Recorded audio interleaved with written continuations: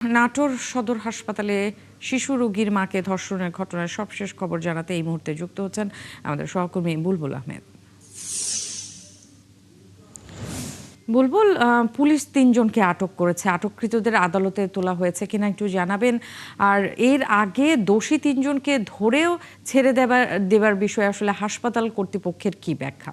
Nancy, আসলে যাদেরকে হাসপাতাল কর্তৃপক্ষ বিশেষ করে আনসার সদস্যরা ধরেছিল এবং নার্স এবং ওয়ার্ড বয়রা সহ সাধারণ এখানকার যারা রোগী ছিল এবং তাদের স্বজনরা ছিল, তারা কিন্তু এদেরকে রেড হ্যান্ডেড কট করেছিল এবং তাদেরকে হাসপাতাল কর্তৃপক্ষের কাছে যখন হস্তান্তর করে তখন হাসপাতাল কর্তৃপক্ষ কিন্তু কেন এটি করেছেন সেই ব্যাখ্যা হয়তো তারা দিতে পারবেন। তারা বলছেন যে হাসপাতালের সম্মানের বিষয় নিয়ে, কিন্তু আমরা শুনেছি যে এই যেসব কর্মী ছিল আউটসোর্সিং বা স্বেচ্ছাশ্রমের মাধ্যমে তাদেরকে নাকি বিধি মোতাবেক নিয়োগ দেওয়া হয়েছিল না এবং হাসপাতালে যারা চিকিৎসক বা অন্যান্য স্টাফ আছে তাদের আত্মীয় স্বজন সম্পৃক্ততা থাকার কারণে কিন্তু তাদেরকে বাঁচানোর চেষ্টা করেছে বলে আমরা জানতে পারছি। তো সেই ব্যাখ্যাটা হয়তো তারাই দিতে পারবে এবং একই সাথে এইরকম একটা গুরুতর অভিযোগ যেটি কিনা আইনগতভাবে সালিশ করার কোনো এখতিয়ার কোনো কর্তৃপক্ষের নেই, শুধুমাত্র আদালতে এটি নিষ্পত্তি হতে হবে এবং ধর্ষণের ঘটনার বিচার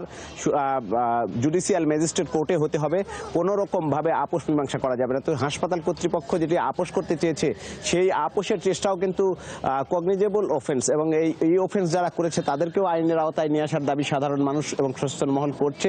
একই সাথে পুলিশ কিন্তু ৩ জনকে আটক করেছে এই মামলা হওয়ার পরপরই এবং পুলিশ ভুক্তভোগীর বাড়িতে গিয়ে তাদেরকে ইনফ্লুয়েন্স করে তাদেরকে সাহস দিয়ে থানায় নিয়ে এসে কিন্তু মামলা করিয়েছেন বা করাতে পেরেছেন। তো এই পুলিশই কিন্তু তার আগে বলছিল যে ভুক্তভোগীরা আসে নাই, আমরা কি করব, আমরা কি সুও মোটো মামলা করব কিনা। তো পরিষ্কারভাবেই দেখা গিয়েছে যে এখানে পুলিশের এমনকি স্বয়ং পুলিশ সুপারেরই দায়িত্ব অবহেলা ছিল বলে আমাদের কাছে মনে হয়েছে। কারণ পুলিশ সুপার কালকে যখন সন্ধ্যার দিকে আমরা তার সাথে কথা বলতে যাই তিনি কিন্তু কোনো সদুত্তর দিতে পারেননি যে ঘটনা কোথায় ঘটেছে, কি ঘটেছে খুব ভালো করে বলতে পারছিলেন না এবং আমাদের সামনে তিনি থানার অফিসার ইনচার্জকে নির্দেশনা দিয়েছেন যে এই বিষয়টি গুরুত্বপূর্ণভাবে খোঁজখবর নেওয়ার জন্য। তারপরেও কিন্তু তারা কোনো রকম খোঁজখবর বলতে পারছেন না। আমরা এই ঘটনার যিনি তদন্ত করছিলেন এসআই নুরি আলম, তার সাথে কথা বলার চেষ্টা করেছি।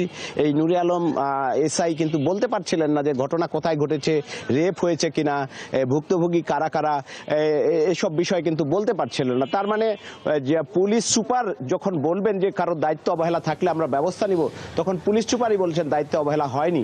এই বিষয়টা কিন্তু মানুষ খুব সমালোচনা করছে যে তাইলে মানুষ কার কাছে বিচার চাইবে। তো যদি কারো দায়িত্ব অবহেলা থাকে তাদেরও যেন এটি ব্যবস্থা নেওয়া হয় সেই দাবি নাটোরের মানুষ করছে। ন্যান্সি, বুলবুল, আপনাকে ধন্যবাদ।